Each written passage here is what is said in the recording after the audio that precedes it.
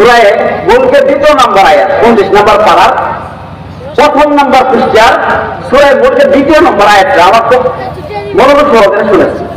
রব্বুল আলামিন বলেন الذي خلق الموت والحياة ليبلوكم أيكم أحسن عملا।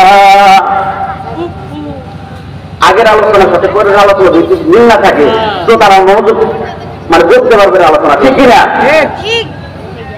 যতটুকু শুনবেন মনোযোগ সহকারে শুনবেন, আমলের নিয়তে শুনবেন।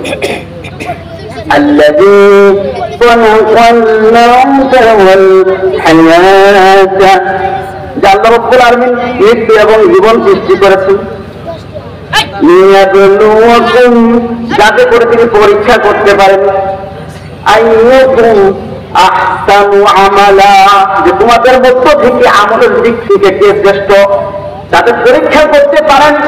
এই জন্য রব্বুল আলামিন জীবন এবং মৃত্যু সৃষ্টি করেছেন। এখন তো বুঝতে পারছেন, তাহলে আল্লাহ রাব্বুল আলামিন আমাদের এই জীবন আমাদের মৃত্যু সৃষ্টি করেছেন যাতে করে পরীক্ষা করতে পারেন আমাদের মধ্য থেকে আমলের দিক থেকে কে শ্রেষ্ঠ।